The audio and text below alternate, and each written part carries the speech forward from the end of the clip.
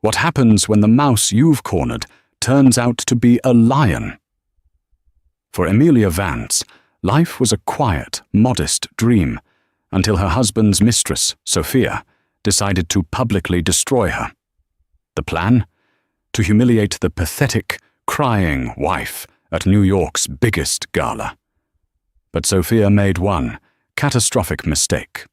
She assumed Amelia was alone.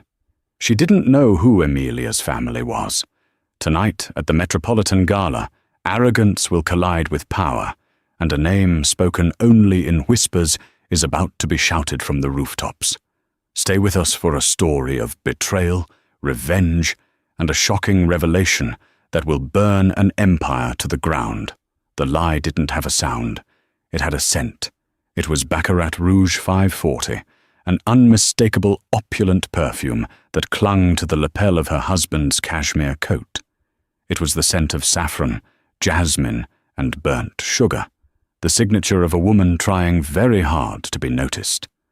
Amelia Vance, however, preferred the quiet, papery scent of old books and the faint, clean smell of lemon verbena soap.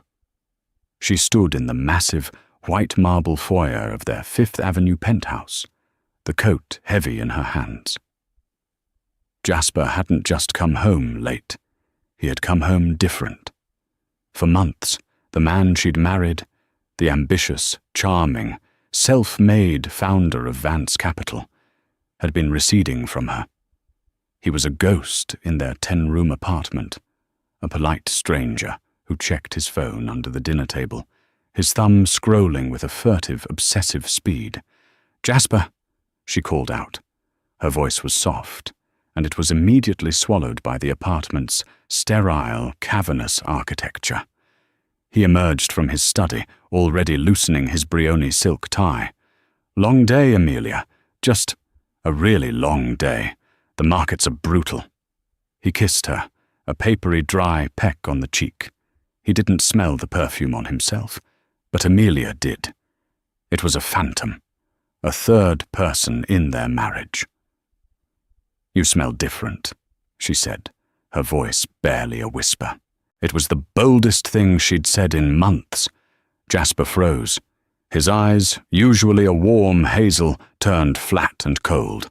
This was the Jasper his associates saw, the man who'd built a $300 million firm from nothing. This was not her Jasper. "What?" "The perfume, Jasper. It's not mine." She watched the calculation in his eyes. He performed a quick, silent algebra. Deny? Feign ignorance? Attack? He chose a devastating blend of all three. He sighed, a sound of profound irritation, as if she were the one who had failed. "Amelia, don't. Not tonight. I don't have the energy for your insecurities." Insecurities? The word was a slap.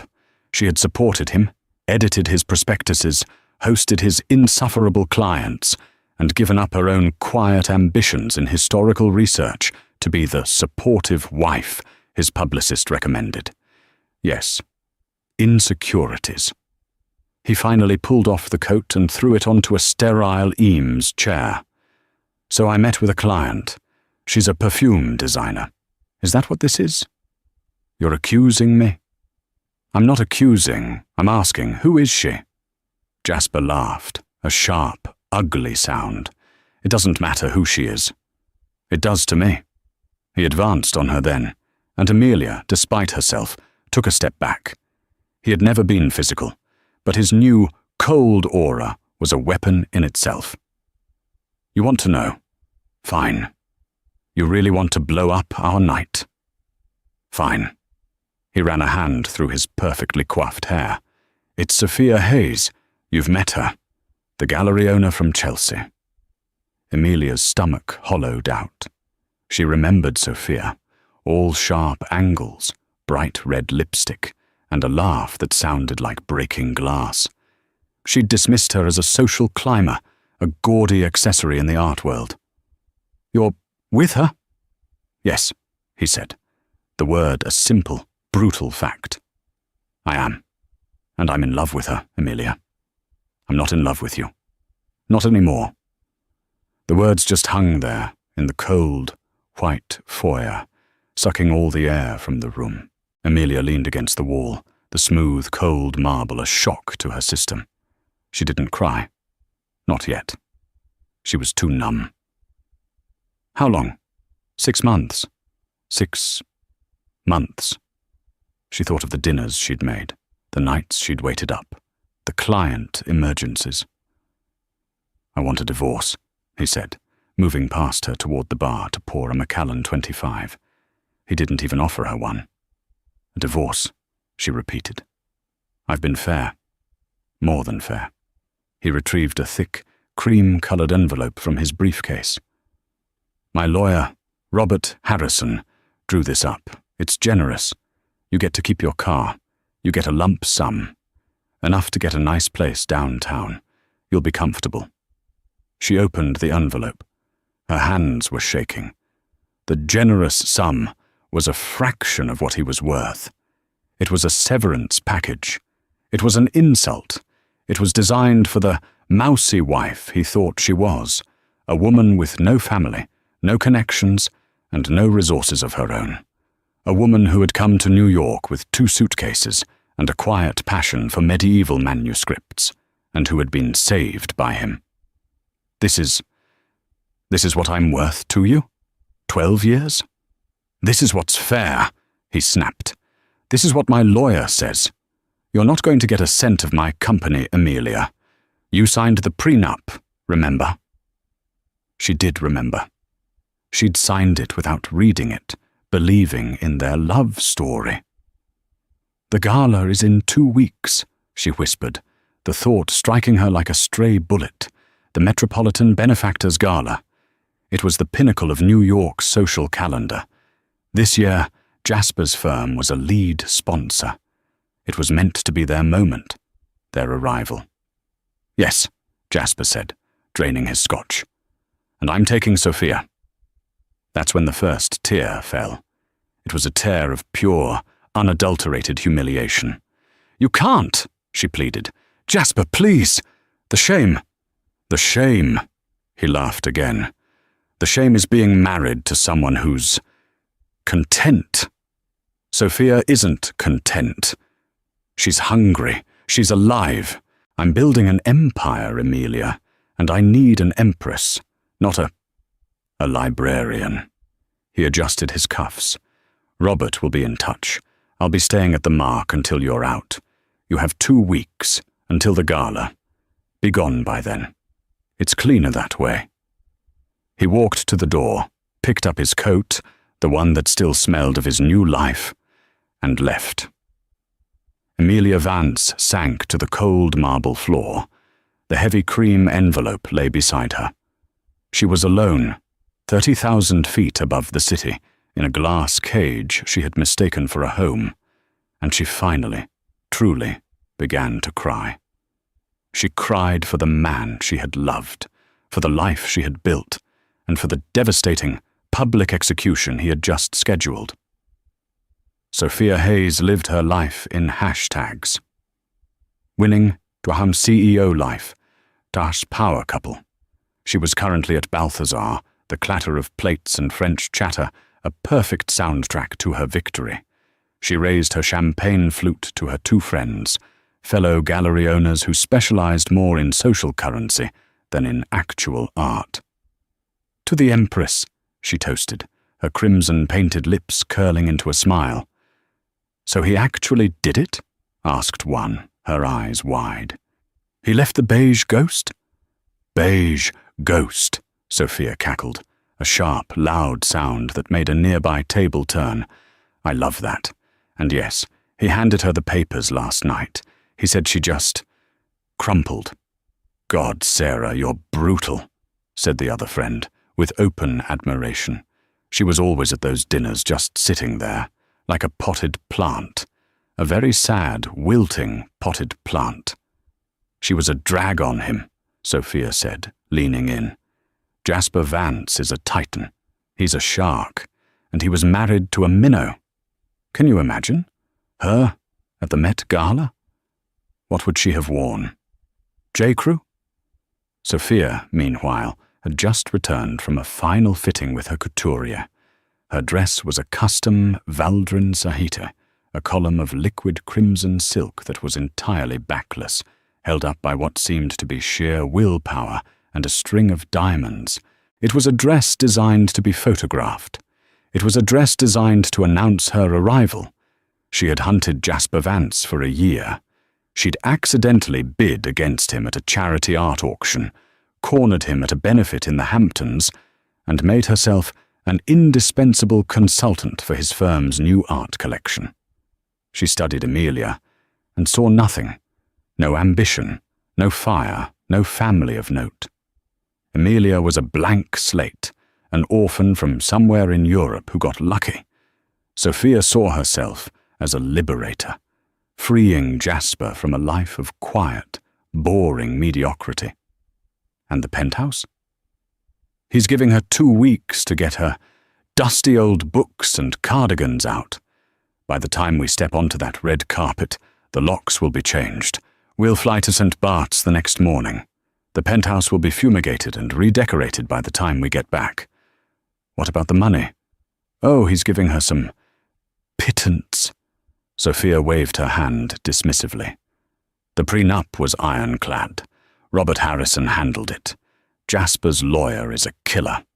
She'll be lucky if she can afford a studio in Bushwick, which is where she belongs, frankly.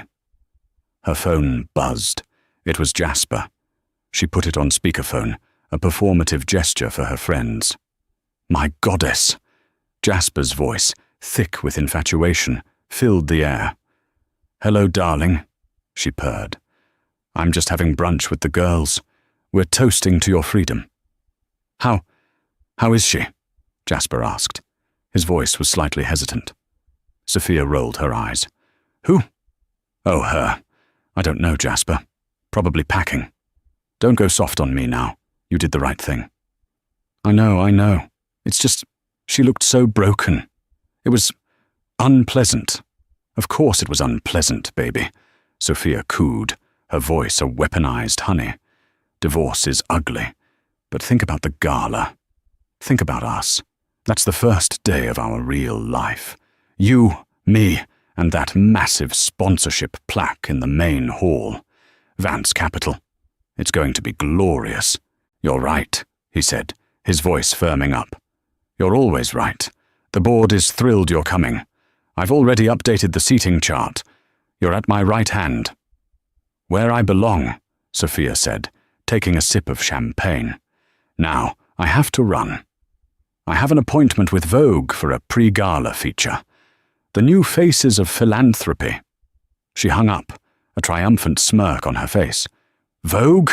Her friend squealed. Well, Vogue Online, Sophia admitted. A minor blog. But it's a start. By the time I'm done, Anna Winter herself will be asking me for a +1. She looked at her reflection in the gilded mirror of the bistro. She saw the future. She saw the penthouse, the private jet, the name Sophia Vance. She saw everything she'd ever wanted, all taken from a woman she considered to be nothing more than collateral damage, a beige ghost about to be exorcised for good. I almost feel sorry for her, she said, pulling a new, custom-engraved Cartier compact from her alligator skin clutch. To lose it all, and then have to watch me step into her life on the biggest stage in the world? That's got to hurt. She reapplied her red lipstick. I truly hope she's watching. I want her to see exactly what she lost. For 3 days, Amelia existed in a state of suspended animation. The penthouse, once her sanctuary, now felt like a mausoleum. The silence was deafening, broken only by the hum of the climate control and the distant sirens of the city that had rejected her. She packed. She'd started in the library, her real home within the glass box. She wrapped her 19th century copies of Goethe, her collections of Rilke, her research notes on Carolingian scriptoriums. These were her things. Everything else. The custom Italian furniture, the sterile white artwork Jasper had bought, the closets full of clothes he'd suggested she wear. It was all just a costume. Jasper had been right. She was a librarian at heart. She had tried to be the empress he wanted, but the crown never fit. On the fourth day, the numbness cracked, and the anger set in. It wasn't just betrayal. It was disrespectful. It was a generous offer. It was the assumption that she was nothing without him, that he had created her, and that he could just as easily delete her. He had forgotten who she was before him, because she had let him. She had wanted him to. When she'd met Jasper Vance at a university fundraiser 12 years ago, she was a 24-year-old post-grad student trying to be anonymous. He was a 30-year-old dynamo, all ambition and American optimism. He'd been charmed by her European quiet. She'd been charmed by his normalcy. He came from a solid, middle-class family in Ohio. He was building his own life. He wasn't like the world she'd run from.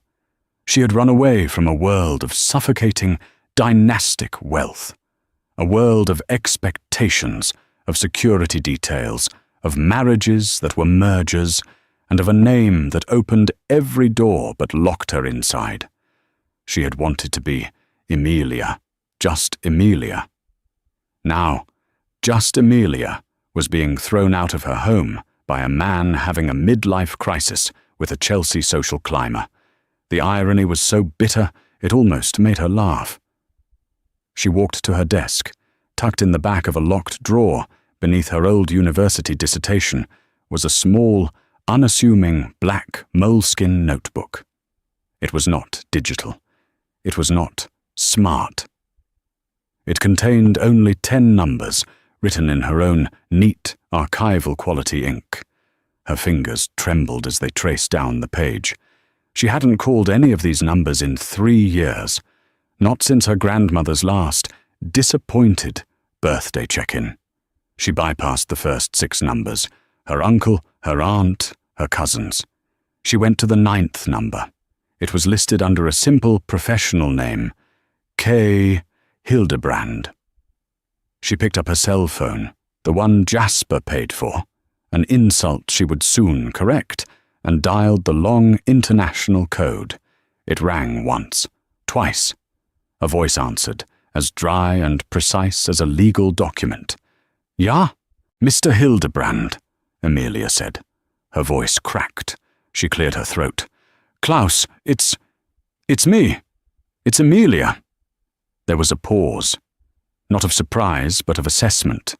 Klaus Hildebrand had been her family's head of security, and later, their chief of operations, since before she was born. He was a man of absolute loyalty and zero sentimentality. "Fräulein Emilia," he said. The formal address felt strange. "It has been 198 days. Are you well?" The simple question did what Jasper's cruelty could not. It broke her. A sob tore from her chest. "No, Klaus, I am not well. I am very, very unwell."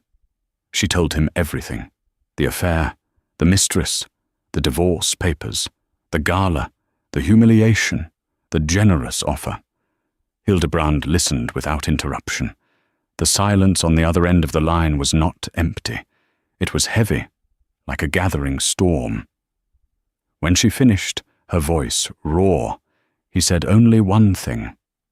The Baroness was correct. He was a weak investment. "Klaus, I made a terrible mistake. I thought I could be normal. I thought I could be weak." "You are a von Adler, Fräulein," he stated, as if reminding her of her blood type. "You are not permitted to be weak. You are only permitted to be discreet. This man has forced your hand. What do you require?" Emilia looked at the invitation to the Metropolitan Benefactors Gala, still sitting on the hall table. It was addressed to Mr. and Mrs. Jasper Vance. A new feeling was taking root in her. It was cold, and it was sharp, and it felt terrifyingly like home. "I require a legal team," she said, her voice hardening. "Not a New York team, a Zurich team. I want Homburger to review these papers. I want them to look at Vance Capital. Deeply. "It is already done," Hildebrand said. "I initiated the file when you first emailed me your wedding photos 12 years ago. We have been monitoring Vance Capital's exposure as a matter of course." Amelia blinked. Of course they had. "Second," she continued, standing up taller, "I need you to make a reservation at the Mark, a suite, tonight. The penthouse suite is available. I will secure it for 3 weeks." "Good. Jasper is staying there. I'd like him moved to a lesser room, or perhaps to a hotel in Queens. You decide. I will handle it. And finally," Amelia took a deep breath, "the gala. In 2 weeks. I was disinvited. I would like to be reinvited, and I need an escort." This time Hildebrand almost chuckled. It was a dry, rasping sound. "Escorts, Fräulein?" "No. You will not attend with an escort. You will attend with a delegation. The von Adler Group is, after all, the principal anonymous underwriter of the Met's entire Islamic wing, a fact I believe the board chairman, Mr. Davies, is well aware of. I will make the call. They will be overjoyed. Who will you send? Your Uncle Walter is in Boston. Your cousin, Count Nikolai, is in Washington. They can be in New York by that evening. They will be persuasive company." Amelia thought of her uncle, Baron Walter von Adler, the head of the family bank, a man who made central bankers tremble, and her cousin Nikolai, a roguish, handsome aristocrat who ran the family's more aggressive acquisitions and had all the moral flexibility of a Medici prince. "Yes," Amelia said. "That will do. One more thing, Fräulein. Your attire. I have nothing to wear. You will not wear clothes, Amelia. You will wear armor. A jet is waiting at Teterboro. Wheels up at 800 tomorrow. You will pack a small bag. You are flying to Zurich. The Baroness wishes to see you, and the family jewelers need to take your measurements." He was about to hang up. "Klaus?" "Ja. Thank you. For not saying I told you so." "It was not necessary, Fräulein. The entire VAG, the board has been saying it for a decade. Welcome home. We will see you tomorrow." The line clicked dead. Amelia walked to her laptop. She opened the email from Jasper's lawyer, Robert Harrison. It contained the generous settlement, waiting for her e-signature. She moved her cursor and clicked Reply All. She typed one sentence. "Dear Mr. Harrison, please direct all future correspondence to my lead counsel, Dr. Felix Baumann, at Homburger, Zurich. I trust you know the firm." She hit send. She felt the first true breath fill her lungs in 6 months. The mouse was out of the trap, and the lion was awake. The Gulfstream Martin 800, unmarked, matte grey, and registered to a shell corporation in Luxembourg, landed at Zurich's private Kloten terminal in the pre-dawn mist. Amelia stepped off the plane not as Amelia Vance, the failed socialite, but as Amelia von Adler, the prodigal granddaughter. Klaus Hildebrand was waiting on the tarmac, standing beside a black Mercedes S680 Guard. He was exactly as she remembered, tall, impeccable in a dark grey suit, with a face that looked like it had been carved from alpine granite. He took her single suitcase. "Fräulein," he nodded, "the Baroness is waiting at the estate." The drive was silent. They sped past the shimmering, placid surface of Lake Zurich, heading for the estate, a word that failed to capture the reality. The von Adler compound was a 15th century castle on a private promontory, seamlessly blended with a high-security, subterranean complex of modern glass and steel. It was not a home, it was a headquarters. Her grandmother, Baroness Ottilie von Adler, was waiting in the grand library. She was a woman of 80, draped in a simple, perfectly tailored cashmere dress, her white hair in a severe bun. The only jewelry she wore was a ring, the von Adler signet, a gold eagle clutching a key. "Emilia," the Baroness said, her voice like crisp parchment. She did not stand. She simply motioned to a chair opposite her. "You look thin and tired. This American has been a poor custodian of our blood." "Grandmother," Emilia said, sitting, "I am ashamed. I was a fool." "Yes, you were," Ottilie agreed, taking a sip of tea. "You ran from your responsibilities to play house with a common stockbroker. You traded a dynasty for a penthouse. A very poor exchange. I loved him, or I thought I did." "Love," the Baroness scoffed. "Love is a luxury for people who have nothing else. We have responsibility. You forgot that. This mistress, this Sophia, she has done us a favor. She has reminded you of who you are. She has brought you home." The next few days were not a pretty woman makeover. They were an arming. First, the lawyers. Dr. Baumann, a sharp man with piercing blue eyes, walked her through the Homburger team's findings. "Your husband's firm, Vance Capital, is a house of cards, Fräulein," he said, tapping a tablet. "It is leveraged to an astonishing degree.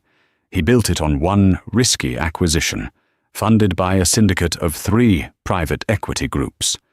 As Mr. Hildebrand suspected, the VAG is the primary silent partner in all 3. Emilia absorbed this. "So, we own him." "In essence," Dr. Baumann smiled, "his entire net worth is tied to the valuation of his firm, and his primary lender for his other extravagances." Here he nodded at a file detailing the Chelsea Gallery lease for Sophia and the new McLaren Jasper had just bought, is Credit Suisse. As you know, the Baroness sits on their advisory board. This will be uncomplicated. Next, the wardrobe. This was not a shopping trip. It was a summons. Couturiers from Paris and Milan flew to Zurich. They didn't bring racks. They brought sketches. "Not the red," the Baroness commanded, dismissing a fiery Valentino gown. "Red is for mistresses and debutantes. You are neither." "Not the black," she said to a severe Tom Ford. "You are not in mourning. You are in command." They finally settled on a custom creation from a private, almost reclusive Parisian atelier, Stéphane Roland. It was a masterpiece of midnight blue silk velvet, almost black in the shadows. It was architecturally severe, with a high structured collar, long sleeves, and a sculpted white cape detail that fell from the shoulders. It was not a dress designed to be sexy. It was a dress designed to be remembered. Finally, the jewels. "He thought you had nothing," the Baroness said, as a jeweller unlocked a vault. "He thought you were a charity case." She opened a worn navy blue leather box. Inside, resting on faded satin, was a necklace, earring, and bracelet set. "The von Adler sapphires," Emilia whispered. They were famous. Ceylonese sapphires, the size of robins' eggs, surrounded by cascades of old mine-cut diamonds. They had been a gift from a Russian Tsar to a von Adler ancestor. They had not been seen in public since 1953. "They are heavy," Emilia said, as her grandmother fastened the cold, magnificent weight around her neck. "They are supposed to be heavy," the Baroness said, adjusting the central stone. "They are the weight of 500 years. Let it remind you what you are fighting for. Not a man, child, but a name." Emilia looked at her reflection. The mouse was gone. The sad beige wife had vanished. In her place was a woman she barely recognized, cold, powerful, and radiating an authority that had nothing to do with Jasper Vance and his grubby little world. Klaus Hildebrand entered the room, a phone in his hand. "The Gala board has been informed, Baroness," he said. "The chairman, Mr. Davies, sends his profound apologies for the clerical error that led to Fräulein Emilia's disinvitation." He has rearranged the main dais. The Fräulein will be seated at his right, as the evening's guest of honor." "And the old seating?" the Baroness asked. "Mr. Vance and his guest have been moved to table 48, by the kitchen service entrance." A small, cold smile touched the Baroness's lips. "Acceptable." Hildebrand turned to Emilia. "Your Uncle Walter and your cousin Nikolai will meet you at the Mark. They are eager to provide their support." Nikolai, in particular, seemed incensed about the pre-nuptial agreement. He called it creatively insulting. "I am ready," Emilia said. She was no longer Emilia Vance, the crying wife. She was Emilia von Adler, and she was going to a party. The night of the Metropolitan Benefactor's Gala was a symphony of flashing bulbs and performative air kisses. The steps of the Met were a river of couture, a chaotic crush of celebrities, tech billionaires, and the old money matrons who ruled the city. Jasper Vance and Sophia Hayes arrived at 7:30 p.m., prime time. Sophia was electric. Her crimson Valdrin Sahiti dress was, as designed, a showstopper. It was loud, it was low-cut, and it left nothing to the imagination.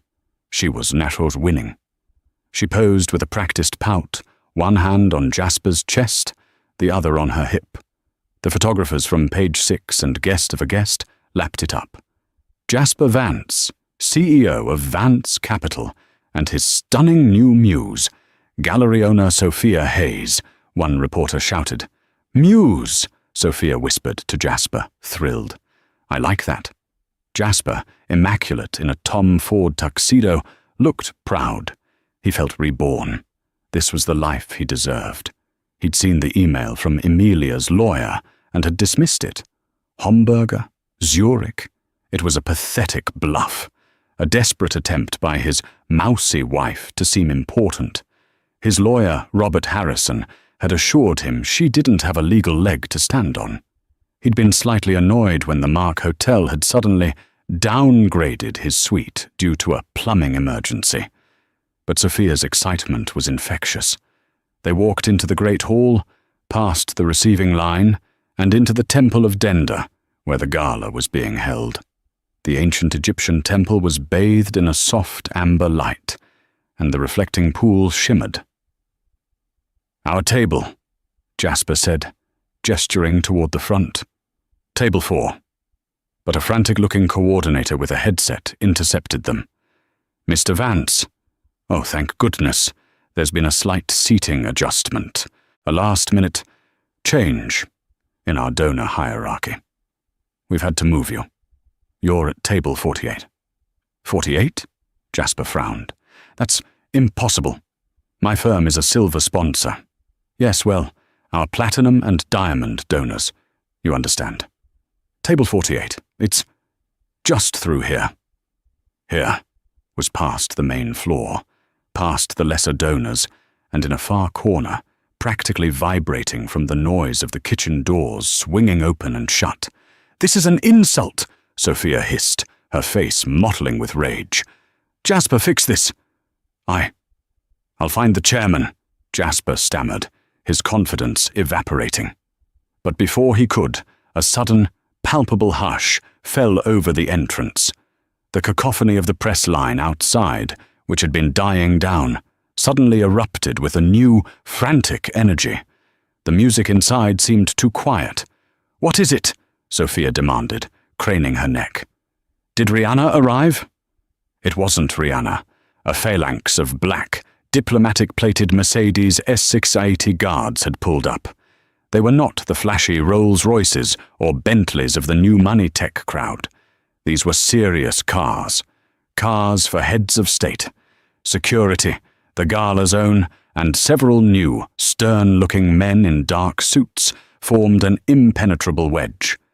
And then she stepped out. It was Emilia. But it was not Emilia. This woman was a queen. Her midnight blue velvet gown absorbed the flashbulbs, making her look like a figure from a Sargent painting.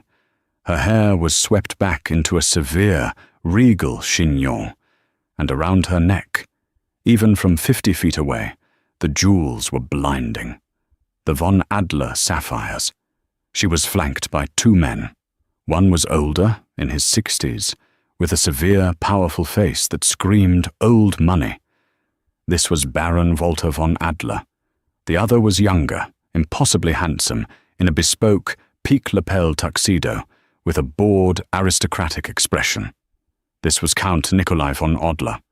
Klaus Hildebrand, a ghost in a perfect suit, followed apace behind. The Gala's chairman, Arthur Davies, a man who commanded boards from the Philharmonic to J.P. Morgan, ran to greet them. He didn't walk. He ran. "Baron von Adler," Davies gushed, practically bowing. "What an unimaginable honor. We were not expecting you. We are so grateful." "Arthur," Walter said, his German accent thick and precise. "A pleasure. You know, of course, my cousin, Count Nikolai. And you remember my niece, Emilia." Davies turned to Emilia and took her hand, kissing the air above it. "Emilia, my dear Emilia, you look breathtaking, absolutely regal. Please, your table is ready, the guest of honor's table, right at the front." Jasper and Sophia stood frozen near table 48. Sophia's brain was short-circuiting. Who are they? What is she wearing? Did she rent those people? But Jasper was white.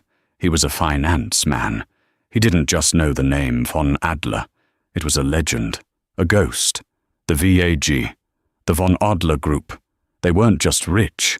They were the bank. They didn't buy companies. They bought countries. And Emilia, his wife, Emilia, was one of them. "Jasper," Sophia whispered, tugging his arm. He felt clammy. "Jasper, what's wrong? Why are you shaking? She looks ridiculous." "Von Adler," Jasper breathed, the name like ash in his mouth. "Her name.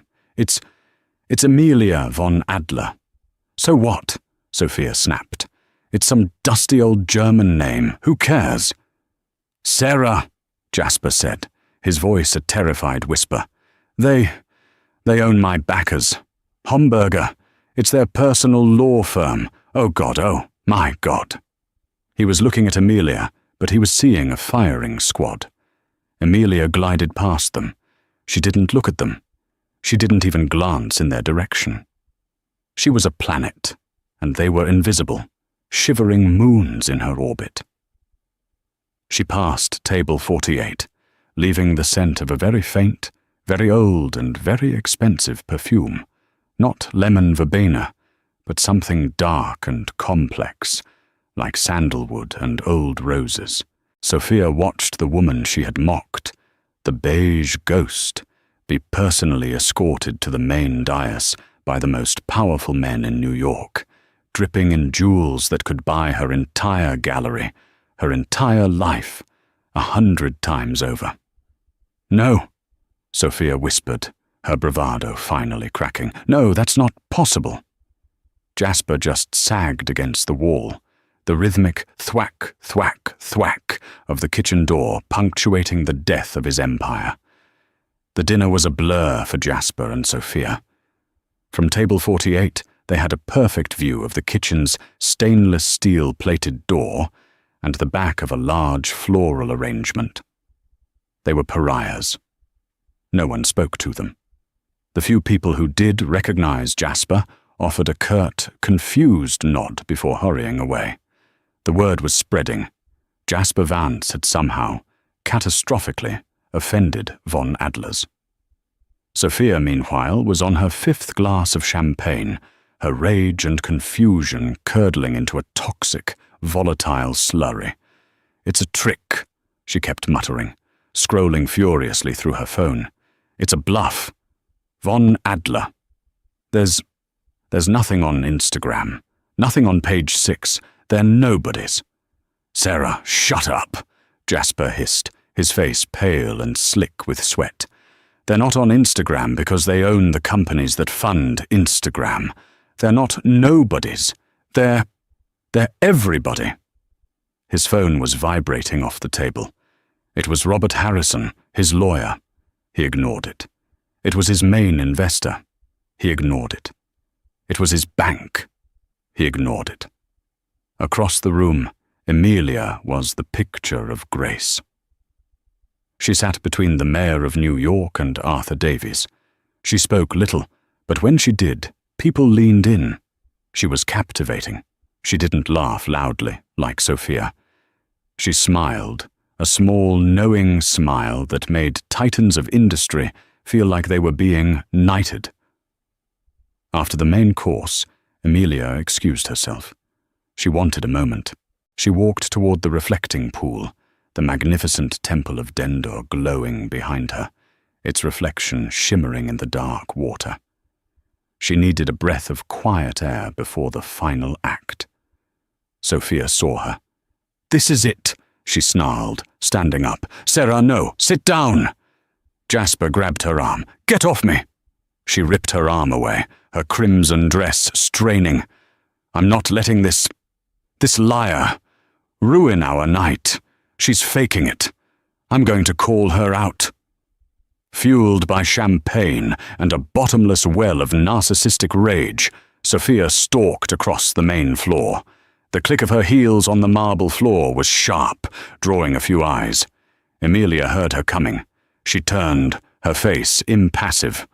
"Well, well, Amelia," Sophia sneered, stopping a few feet away. "I'm shocked you showed your face. This is quite a costume. That's a lovely dress. Did you rent it? And the jewelry. God, the fakes are getting so good these days." Amelia was perfectly still. She simply looked at Sophia, her gaze calm, almost pitying. "Sophia, you're looking very red." The calm condescension was more enraging than any insult. "You think this is funny?" Sophia hissed, stepping closer. "You think you can hire a couple of old actors, rent some jewelry, and scare Jasper? He feels so bad for you. He was worried you'd do something pathetic. And he was right. Here you are, crashing a party you were thrown out of." "I wasn't thrown out," Amelia said, her voice quiet. "My invitation was just updated." "Liar!" Sophia was getting loud now. People were turning. "Look at you. You're probably about to cry, aren't you? Go on, cry. It's what you're good at. You're pathetic. You lost, Amelia. You're a nobody. You have nothing. You have no home. You have no husband. And you have no power." She was screaming the last part. The music had lulled. The entire gala was watching. Jasper was half running, half stumbling towards them. "Sarah, stop! For God's sake, stop!" Right as Sophia took a breath to unleash another tirade, Amelia finally spoke, her voice clear and cold, cutting through the silence. "Jasper," she said. Jasper froze in his tracks. "This," Amelia continued, her eyes locked on his, "is the woman you left me for. This loud, artless, and deeply stupid person. This is your empress?" "Don't you dare talk to me like that," Sophia shrieked at. "Oh, I'm not talking to you," Amelia said, dismissing her with a glance. "I'm talking to him." "This is not your concern," said a deep, accented voice. Walter and Nikolai von Adler had materialized behind Amelia, like two wolves guarding their territory. Sophia, blinded by her own fury, rounded on them. "And who the hell are you? Her fake uncles. Get lost, Gramps." Nikolai, her cousin, smiled. It was a terrifyingly charming, utterly cold smile. "My name is Count Nikolai von Adler. This is my uncle, Baron Walter von Adler. And this," he gestured to Amelia, "is my cousin, Amelia, Baroness von Adler." Sophia's face blanked. "Baroness?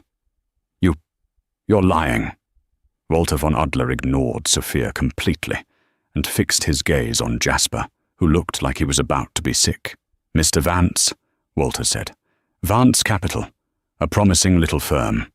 My family's trust, the VAG, holds a controlling interest in your three major backers, a fact you would have known if you'd read the fine print. Jasper was visibly shaking. Mr. Baron, I didn't know. I swear to God I didn't know. That was the point, Amelia said softly, finally looking at Sophia. I wanted a simple life. I wanted a husband, not a business partner. Furthermore, Walter continued, your primary lender, Credit Suisse, is, shall we say, a very old friend of the family. I took the liberty of placing a call this afternoon. Your firm's lines of credit? They are frozen, effective 9 a.m. Zurich time. No, Jasper whispered. That's my entire operation. You can't. That's illegal. Nikolai laughed out loud. Illegal? My dear man, it's finance. My uncle just called in his markers. You are, what is the American term, over-leveraged. You are bankrupt. You just don't know it yet. Sophia's world was collapsing. Jasper, she screamed, do something. Tell them you love me. Jasper couldn't speak. He was staring at Amelia, seeing not his mousy wife, but the heiress to a fortune that could buy and sell his entire world before breakfast. Amelia finally stepped toward Sophia, who for the first time looked small. You mocked me for crying, Amelia said, her voice still quiet, but every person in the room heard it. You were right. I was crying. I was crying because I mourned a man I thought I loved. I was crying because I thought I had failed. At being small. At being normal. She was inches from Sophia's face. But you are not worth my tears. You are just an accessory. And you, she turned her ice-cold gaze on Jasper, are just a bad investment. My family hates bad investments. She looked at Jasper's shaking form and Sophia's stunned, horrified face. You have 48 hours to vacate my cousin's penthouse, Nikolai added, smiling, which, by the way, she bought with her own trust. You've been... what's the term? Ah, yes. A kept man. Amelia von Adler turned her back on both of them. She did not look back. Walter. Nikolai, she said, her voice returning to a regal calm. I believe the Flicks are expecting us at their table. I adore their new collection. As they walked away, Sophia let out a sound, a half-sob, half-scream of pure animalistic despair. She had aimed for the beige ghost and had, instead, shot the sun. And now, she and Jasper were left, burned to ash in the center of the Temple of Denda, utterly, publicly, and devastatingly ruined. The aftermath was not a story. It was an autopsy. Jasper Vance didn't go home. He couldn't. His access keys to the penthouse had been deactivated before he'd even finished his watered-down scotch at table 48. He spent the night in a 400-a-night room at a sterile midtown hotel, still in his Tom Ford tuxedo, staring at the ceiling as the distant wail of sirens provided the soundtrack to his ruin. He awoke to his phone vibrating on the nightstand with such violence it sounded like an electric drill. It was not one call, but a cascade, a tidal wave of terror. His lawyer, Robert Harrison, was first. Jasper, I'm resigning as counsel, effective immediately. What did you do? I just got a letter of inquiry from Homburger and the SEC. Do not contact this office again. The line clicked dead. Next, the CEO of the private equity group that had funded his first acquisition, a man Jasper played golf with. You're done, Vance. The von Adlers just called in their markers. All of them. We're seizing your shares. The board has been called. You're out. You're personally liable for the outstanding notes. You lied on your disclosure. You idiot! The final call was from his bank manager at JP Morgan Private. The man, usually so unctuous, sounded like he was about to cry. Mr. Vance, Jasper, we've received a notice. Your portfolio's collateral. It's been Well, it's been acquired by the von Adler Group. Your credit lines are frozen. All of them. The Centurion card, all of them. I'm so sorry. Numb, Jasper walked downstairs to the hotel lobby, his tuxedo rumpled, his face a ghostly grey.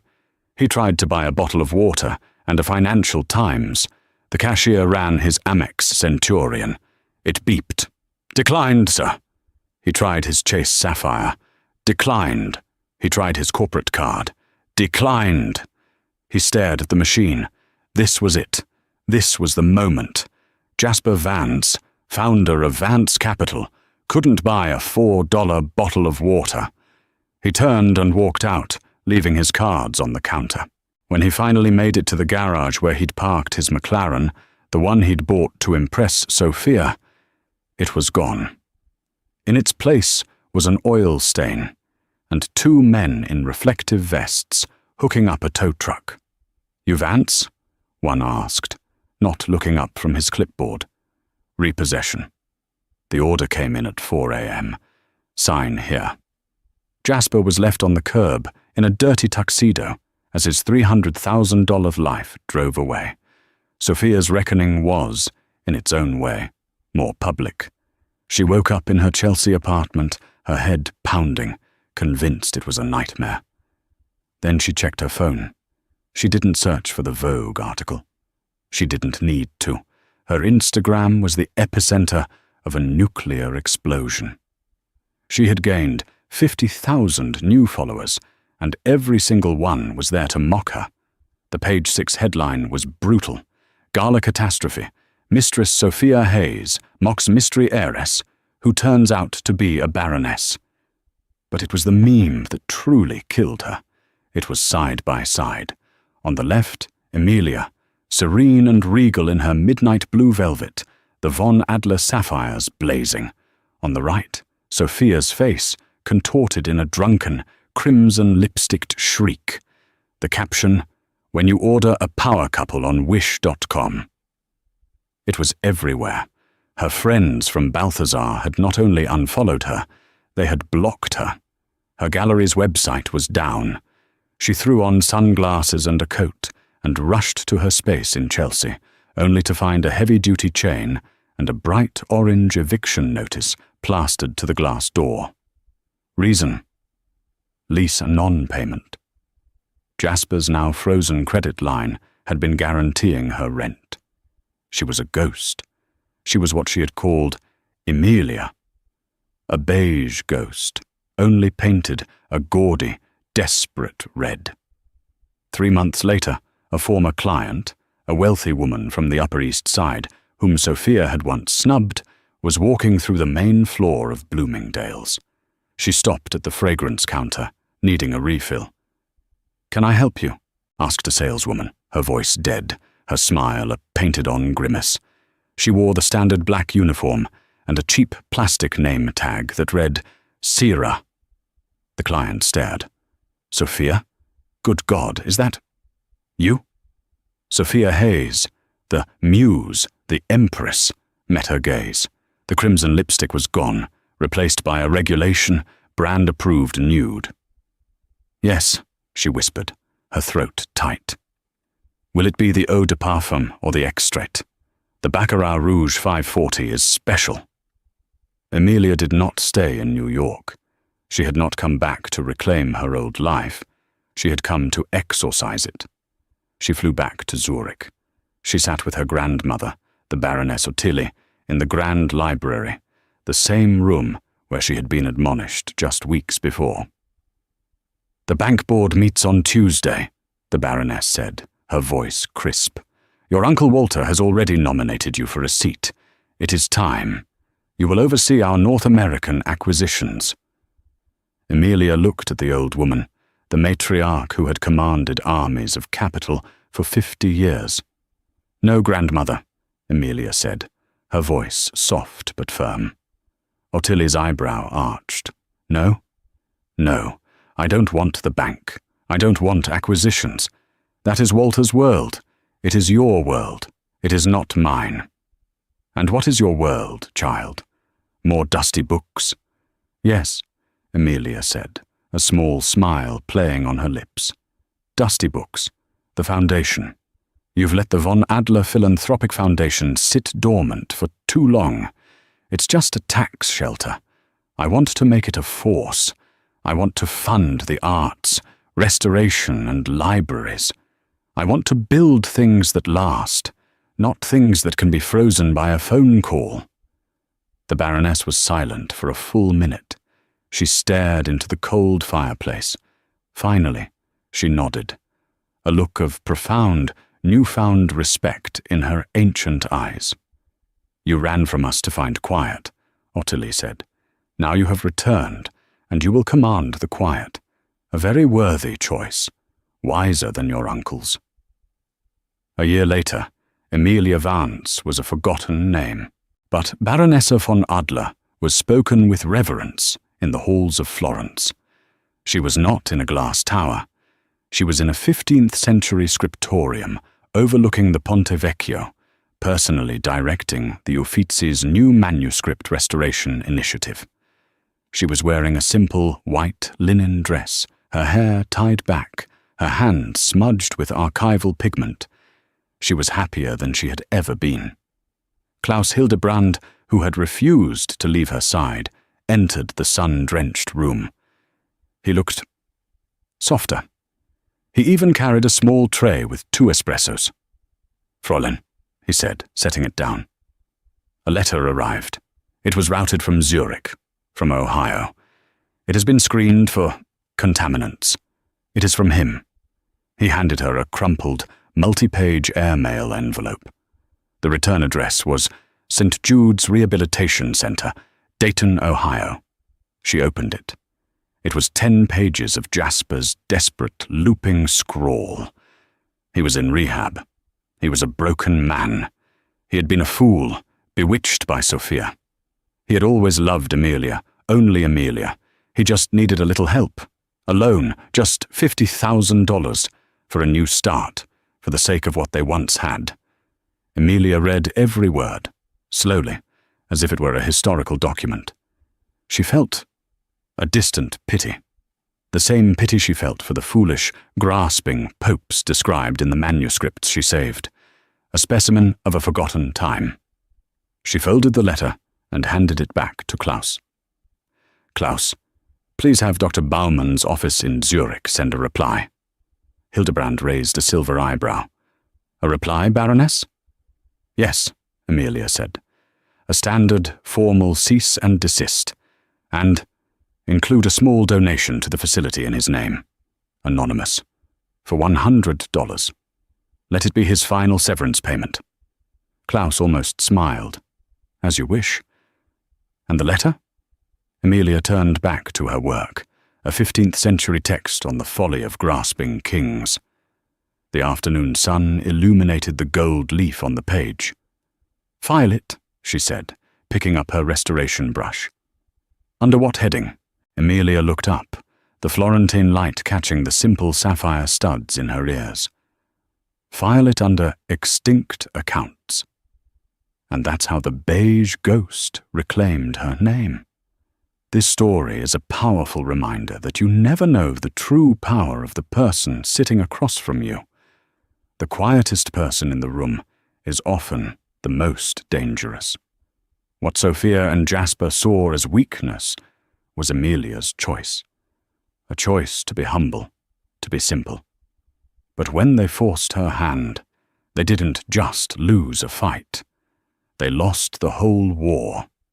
If you loved this story of shocking twists and righteous revenge, please hit that like button so we know to make more. Share this video with someone who needs a reminder of their own hidden power. And most importantly, hit subscribe and turn on all notifications. You don't want to miss the next story we have coming. You never know whose life is about to be turned upside down. Thank you for listening.